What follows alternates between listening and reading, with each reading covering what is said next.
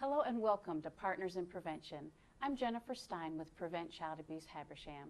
During this episode, we're going to be discussing child safety seat and how important it is to have not only the proper seat, but have it installed the correct way. We have officers here from Cornelia Police Department who are certified in the installation of car safety seat. With us, we have Kevin Marsteller. He's lieutenant with Cornelia Police Department. And then we also have Jonathan Roberts, the assistant chief there at Cornelia. So gentlemen, thank you for joining us today. Thank you for having us. It was almost like an onion, that when you peel back the layers of this topic, there is so much to discuss. So I appreciate you trying to put this together for our viewers to have a quick understanding of how important this issue is. So we'll start off, what is Georgia law when it comes to infants and car seats and children? The law changed around 2011. Right now, every child under the age of 8 has to have a child seat. Not only do they have to have the child seat, but it has to fit the child. So it has to fit in both height and weight. And then also, it has to be installed correctly according to the manufacturer's instructions. So we get a lot of parents who come by and the seat might be outdated. Okay. The seat might no longer fit the child anymore. They might have already tried to bump it up and try to put the child in, say, like a booster seat when the child's 2 years old, and obviously it wouldn't fit their height and weight requirements. And so it's not properly protecting the child. And so because of this, they're in violation of law, but they're also putting their child at risk. So we try to educate the parents as much as we can on both the law and what the best practice with child restraints is. Well, thinking back to even my own children and the whining and the crying, or getting them to be in their child safety seat, you want to switch them around to the front as soon as you can, so that way maybe they won't whine as much. But how detrimental that is, to these children. What, as far as for the police department, you all have had how many hours worth of training to make sure that we can offer our community the most up-to-date information? Most of our officers have received the basic 32-hour course. Okay. Both of us have been instructors, so we've actually had an additional 64 hours and then countless hours of instructional time to nurses, parents, officers, firefighters, public safety throughout the, not only our community, but other communities in the area. We're both part of Lanier Child Passenger Task Force to educate as many people as we can about this. And so parents can come by the Cornelia Police Department throughout the week. Yes. And someone would come out and check their car. Yes, we would check their car seat, and we try to make sure that the child's there so that we can get an actual inspection and making sure it's fitting the child. Because a lot of times when they come up and they say, well, I think my child's this size, right, sometimes we find that the height, weight just might not match up. Mm-hmm. So now sometimes, we go to secondhand stores and we think we're getting a good deal. Mm. What are the thoughts on getting a car seat, secondhand? Car seats are a one-time thing. They're only meant to have one crash.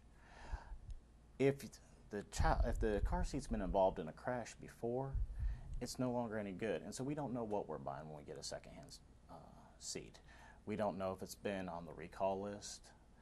We don't know anything about it. And so being that these seats are plastic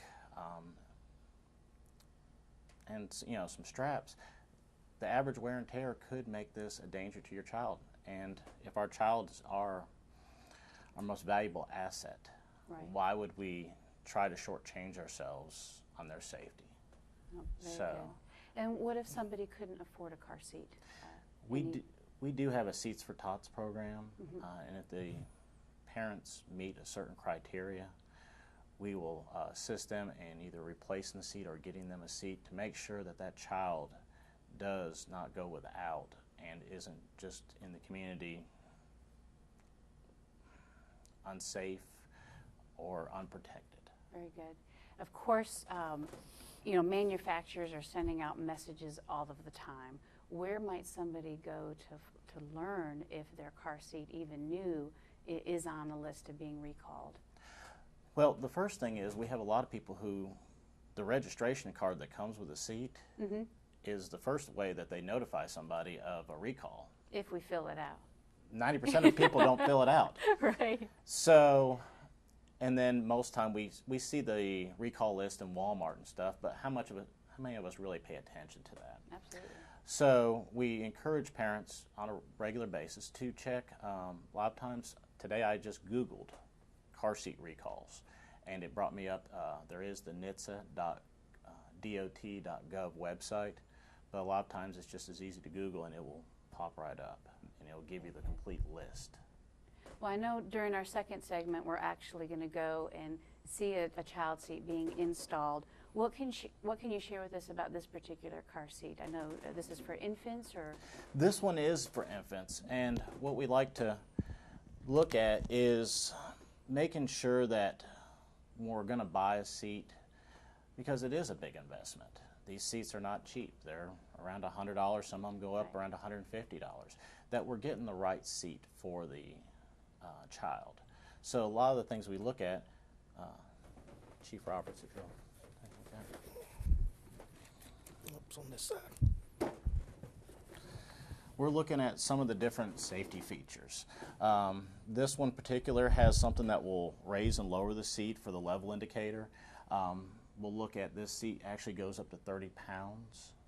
And that's going to be important when we go into the second segment on how much weight, how long I'll be able to use this seat. Okay.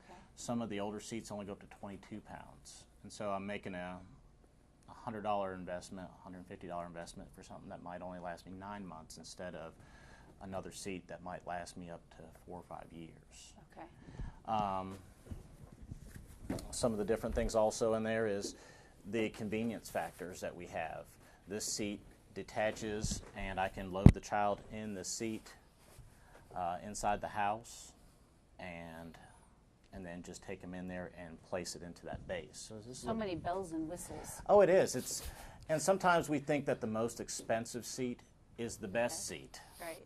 And sometimes we just need to do our research, go on there, check, and what has the best safety rating? What has the best consumer rating also? Because when we're looking at it, they teach us in our classes, it's not necessarily what's the best seat, it's what's the best seat that's going to fit your car, what's the best seat that's going to fit your child, and what's the best seat that you as a parent or caregiver is going to be able to use correctly every time. If it has too many bells and whistles, you're going to miss a step. Oh, me and our Chief Roberts and I have literally sat in the parking lot for an hour trying to figure out some new car seat that we'd never seen before and having to read the instructions page by page to make sure it's installed correctly. Well, when we get back from this break, you're going to see proper installation, some of the nuances that you can take away, and of course, at least even come by Cornelia Police Department and have your car seat checked as well. So we'll be right back. At Windstream, we've expanded our cable TV service to include Watch TV Everywhere. Now you can watch available episodes of your favorite shows, movies, and live news and sports on tablets, smartphones, and laptops. There's no extra charge from Windstream. You only need to be a cable TV customer to have access. It's simple to get started. Just visit WatchTVEverywhere.com. So enjoy, and thanks for being our customer. Welcome back to Partners in Prevention. This is Jennifer Stein with Prevent Child Abuse Habersham. Lieutenant Marsteller is here from Cornelia Police Department, and we've been talking about infant child restraint seats and the importance of their installation properly. So he's going to show us some really valuable tips right now on the rear facing first and then the front facing. So Kevin, please take over. This child here is 18 months. He's around 30 pounds, and it might sound like he shouldn't be in a rear-facing seat, but in fact this seat goes up to 40 pounds. And what we look at when we're putting the child in is to see how the retention clip here in the middle is across his sternum. When we look at it, it's behind his shoulders, and this is going to prevent him from sliding up the seat in any type of crash. when we're looking at how tight this is, we don't want to be able to pinch any slack. So a lot of times when we need to put the seat in, we'll just raise it up a little bit and we'll tighten it up. Some of the different also things, it needs to be in between a 30 and 45 degree recline. This is so that when a child's first born, they don't have the physical strength to hold their head up. So if it's at a recline, they won't, if their head was to come forward, they literally wouldn't have the physical strength to pick it up, and they could actually suffocate. So we want to make sure that there's a good recline with it. We want to make sure that whichever way, on this particular seat, there's a level indicator on the side. A lot of the infant carriers will have a bubble on it, or they'll have a blue marker, and it will show exactly where it needs to be in there for this recline. And it's very important that we keep it in here. If your particular seat doesn't have a way of adjusting and you can't get it in there, there's different ways of making sure that it will go up. Some of it could be just a dish towel that we roll up and that we'll tape, because that is squishy and it will not be a projectile in case of an accident. One of the ways that we check when we put this seat in, we want to make sure that there's not a lot of slack. And what we're looking for is more than 1 inch of slack back or forth, side to side. And the way we grab this is where the belt pads come through. So what we're looking at is, we're looking at grabbing it here, pulling back, there's not 1 inch of slack, side to side, and it's in there tight. And as you can see, he's not going anywhere.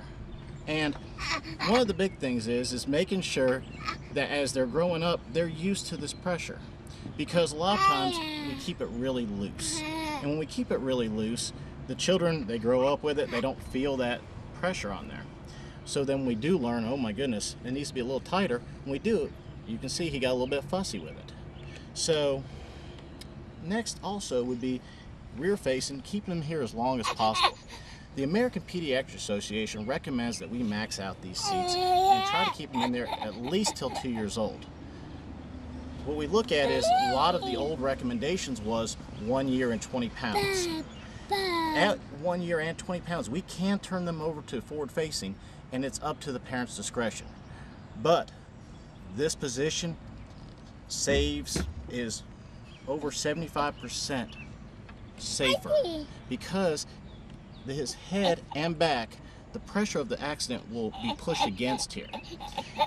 Whereas when we turn him around, we'll show you that he'll have the same type of crash dynamics that we would, where his head and spine will absorb a lot of this pressure.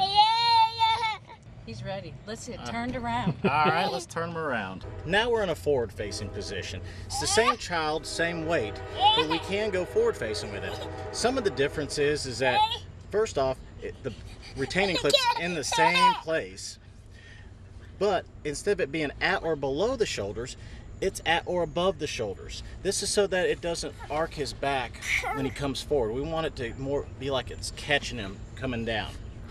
We went ahead and used a tether strap on this one because we have the availability of it.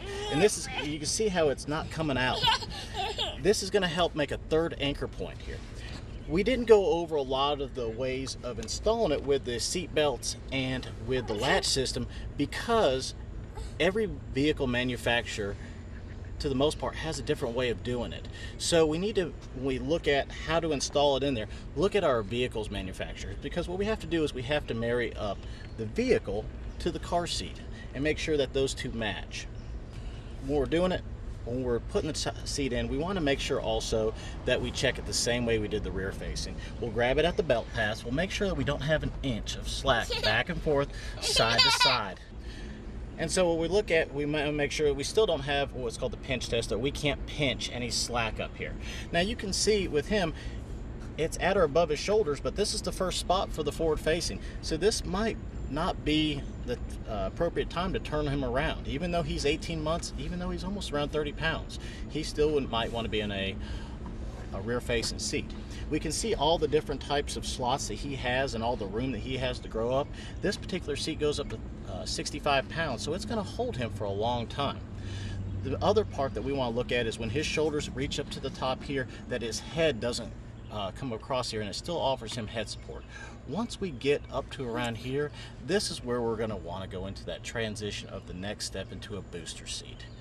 So we looked at all the different elements. Do you have any questions for me? No, you have covered a lot, I know when we get back from the break, we're going to be back inside and we're going to be talking about booster seats, the type of booster seats, and there again, some very important safety features. So we'll be right back. At Windstream, we've expanded our cable TV service to include Watch TV Everywhere. Now you can watch available episodes of your favorite shows, movies, and live news and sports on tablets, smartphones, and laptops. There's no extra charge from Windstream. You only need to be a cable TV customer to have access. It's simple to get started. Just visit WatchTVEverywhere.com. So enjoy, and thanks for being our customer. Welcome back to Partners in Prevention. I'm Jennifer Stein with Prevent Child Abuse Habersham. Our second segment you just saw with the installation of the rear facing of the car seat and the forward facing of the car seat. Today we've got Cornelia Police Department and we are discussing how important it is that you have the right car seat for your aged and sized child, as well as the car seat being installed properly. Assistant Chief Jonathan Roberts, and then we also have Lieutenant Kevin Marsteller. So with it, now we're moving on to booster seats. As the child grows, the car seat needs to change. And you know what? You have Cadillacs, you have Bargain. Oh my goodness, tell us, what is it that we need to be looking at? Well, what we need to be looking at to change into the next segment is how much can this hold? This seat right here is rated at around 40 pounds. A lot of the convertible seats go up as high as 65 pounds. And we also need to look at how does our child act? Will our child be mature enough to sit in a booster seat that only has the regular adult seat belt instead of the 5-point harness? Or do I need to get something that's going to hold a little bit more weight? And so next, once we figure out that this has been maxed out, this 5-point harness has been maxed out, I need to go to the next step, which is the booster seat. I'm going to look at, do I need a high back or do I need a low back? Now, when we talked about forward-facing seats, this is what's called a combination seat. This seat would go both forward-facing, and then we would take this out and it would be a booster seat. And it's what's called a high back booster. And you see how this has some type of head restraint. Right. This is for side impact. We kind of see it in our NASCAR events where if they get into a crash, their head can't go too far from side to side, and it offers a lot of protection. Also, with the shoulder straps, when they come across, it helps fit them properly. And when we say properly on a booster seat, what we're looking for is we're looking for the seat belt to come evenly across the top of the shoulder and across the mid-sternum. So that way it gets not here, not up here, not down here. And if we notice that there's even a little spot right in here to hold it, and we want that lower belt on the low part of the hips, high thighs, because it's going to be on bone structure. We want it on the pelvis. And then when we're talking about the midsection, we're wanting it on that hard sternum. And this protects them if it's properly. If not, you could be causing more damage. Definitely so. We see a lot of children who throw it behind their back, and then basically the only protection they have is that it's on the lap. And the child can get spinal problems. If it's too high up, they can get internal problems with all those internal organs right in here. So we're looking at keeping it on the bone structure. Very good. And when we look at this, offers a lot of support, but we might not need this because of how our vehicle is set up. And that's where this might come into. Okay. You know, this is one of the major hurdles that we have to overcome with parents, because everybody wants to be in this model. This is the easiest one to do.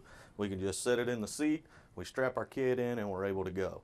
But like Lieutenant Marsteller is talking about, you have to look at the total dynamic of what's going on here. The purpose of a car seat is, in the event of an accident, the car seat itself, the forces are absorbed in the seat, and it helps the child ride the seat crash forces to where they have a lower possibility of being injured. So when we place children that are too small or are not ready in a car seat like this, we actually elevate their opportunity for injury, if you will. This particular seat functions very similar to the high back booster seat, and the installation of it is as easy as setting it in the seat. The issues that we run into with this is, one, that the child is not tall enough or does not meet the weight requirements, which means the child is not developmentally strong enough to be able to sit in this seat. Right. Because the only thing holding the child in this seat is the lap and shoulder belt that you and I would wear in the seat. And if it's not properly placed on the child, then again, you have a greater chance for injury. This would be used if the manufacturer of the automobile allowed this type of seat to be installed. Okay. We always have to check our owner's manuals. You had a headrest that was adjustable. One of the things that we see are pickup trucks that don't necessarily have adjustable headrests. They just may have a high back, if you will. Okay. And what we're wanting is we don't want the child's head to be halfway in between the top of their head and the back of the seat, because on impact, that's where neck injuries, whiplash, things like that can occur. Yes. So we want their head to be protected. This seat doesn't provide that, so it relies on what is in the automobile. And is there an adjustable seat belt wherever this seat is being placed? Obviously in the back seat. We don't allow, Georgia law doesn't allow, or any car manufacturer allow car seats placed in the front seat of a vehicle when there is an appropriate back seat installed in the vehicle. And this age range of 8 to 12 years old, is that kind of where these fall, or is that another whole facet? Well, no. What we're looking for around, depending on their developmental stages, around 4 to 5 is when they're going to start looking at the booster seats. Okay. But just because they reach age 8 doesn't mean they have to come out of a booster seat. It just says Georgia law doesn't require it anymore. Best practice is to keep them until they're 4'9" in a booster seat. Very good. So my arm going across my child is not going to be sufficient. No, unfortunately we're not able to crash test that. Very good. And also, I mean, you wouldn't want this next to you in the passenger seat. Even if you don't have airbags in you front, these seats belong in the rear. In the rear. And the rear is the safest position. It's more centralized in the car. Okay. So it provides the better protection. Very good. Now, what as far as we think of fatalities and prevention and things like that, from the research that you all have done, how is making sure that your car seat is put in properly? What are some things that you're noticing statistic-wise? Have you seen some things decrease? We've seen things decrease in this area, but 72% of all car seats are installed incorrectly.